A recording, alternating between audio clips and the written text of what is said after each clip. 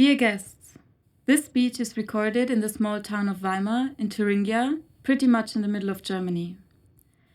If you live in the city, you are confronted with a clash between far-right and left-liberal citizens. We are confronted with being unsafe as we move through the city. We are afraid for our friends.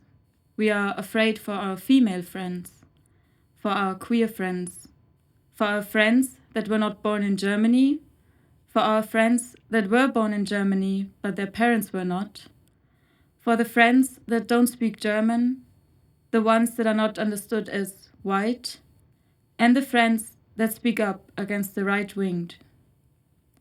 This speech is a demand. Demanding is very difficult, especially when you're alone. Social demands need to be represented by a group. Otherwise, structural problems cannot be changed.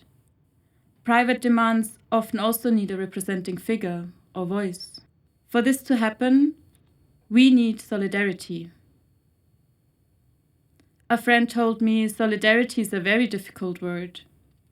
What we need is the will to protect not only oneself, to speak up for not only oneself, and to care for not only oneself. To create something called solidarity. This is love. Demanding Nazis to leave and shouting, "Ganz Weimar hasst die AfD," all of Weimar hates the AfD, is certainly not loving language, but one full of hate. It really hurts. To be hurt and to hate is very close in that moment. And we need the hate to support the people that feel hurt and feel hate. The people that are oppressed.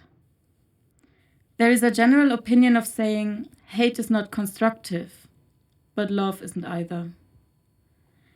There is no point in presenting love and hate, peace and war as opposites over and over again.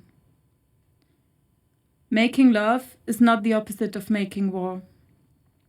As a whole generation wrote on their protest signs, war is not the opposite of love, and where love is, can be violence as well. Many acts of violence are done under the umbrella of act of love.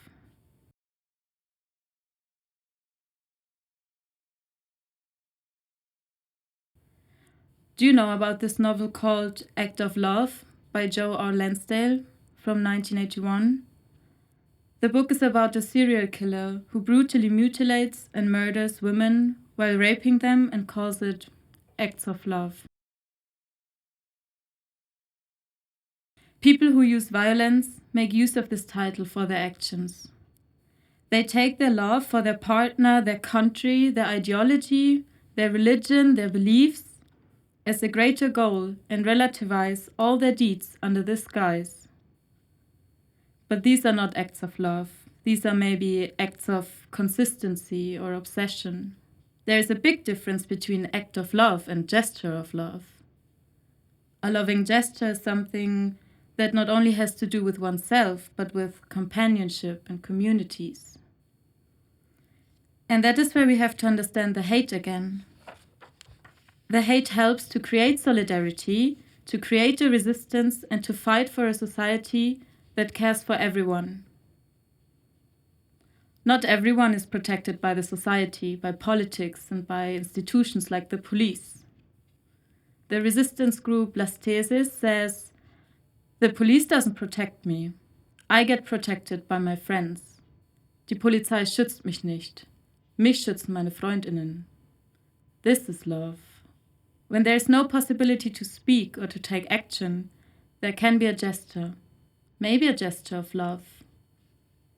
But no one should love their enemy. No one can love their oppressor. In politics, there are always people you don't love. This fact is inevitable. And we cannot expect to love one another. There is a natural hostility in politics. There are authorities that uphold systems of oppression. Resistance happens out of necessity and urgency. It tries to use tools rather than weapons. So maybe we can hold up flowers as gestures of resistance and solidarity to show that we will not choose acts of violence. But also no one can demand that those affected by violence give flowers to their oppressors. The flower as a loving gesture is not enough to stop the violence. What the loving gesture needs to be is to create safety for everyone. Safety for everyone requires rethinking humane living conditions. Simply destroying the powers that rule and harm is also not enough. With the deconstruction must come the establishment of other types of organization and relationships. This work aims the radical transformation of all institutions that are supposed to offer care anyway, youth welfare, health, and family offices. What can a society look like in which the conditions of living, working, and coexistence are designed in such a way that people do not become violent in the first place? There must be an opportunity to work together to care for the most vulnerable individuals in society. Building a new society takes responsibility from all members.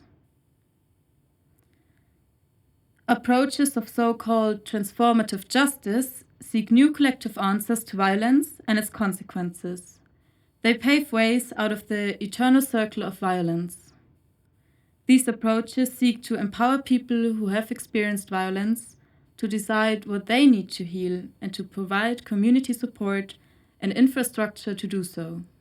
So I will end with a demand. It is still necessary to show solidarity with all those affected. And I know that it will work, because we will continue to make friends and form groups of resistance. As we learn from different resistance movements, friendships scare right-wingers and conservatives. Because they see people banding together who don't identify through constructed, calculable, exclusive community of origin, blood, heritage, and gender, but rather through shared experiences and beliefs. Political solidarity is based on friendship.